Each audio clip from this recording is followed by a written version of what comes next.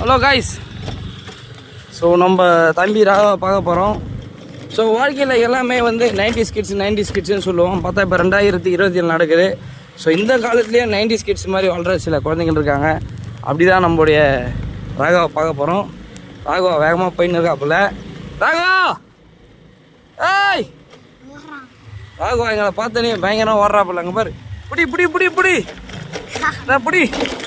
ஏய் பாருங்க, அதை போகிறாங்க பாருங்கள். இவங்க தான் அந்த 90s கிட்ஸ்.